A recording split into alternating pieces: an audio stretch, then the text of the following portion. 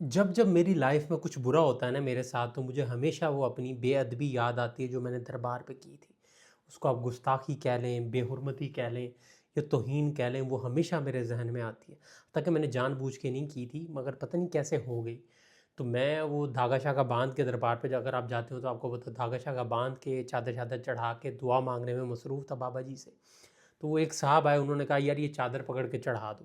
تو دو سائیڈیں انہوں نے پکڑی، دو سائیڈیں پکڑ کے میں نے چڑھائی. دعا شعا مانگ کے جب میں نکلنے لگا تو وہ بھائی میرے سر ہو گئے کہ بھائی آپ نے چادر چڑھائی ہے. تو وہ اس چیز کو میں بے ادبی گستاخی کہہ رہا ہوں کہ میں نے اسے کہا بھائی صاحب میں نے آپ کو نہیں کہا کہ میں نے چادر چڑھانی، میں تو چڑھا چکا پہلے.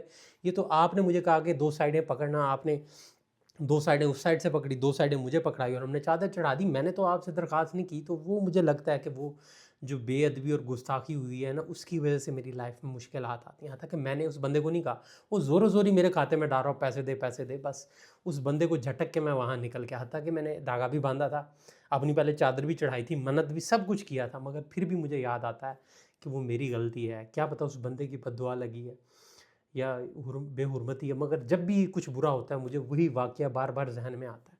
پتہ نہیں کیسے نکلے گا وہ واقعہ.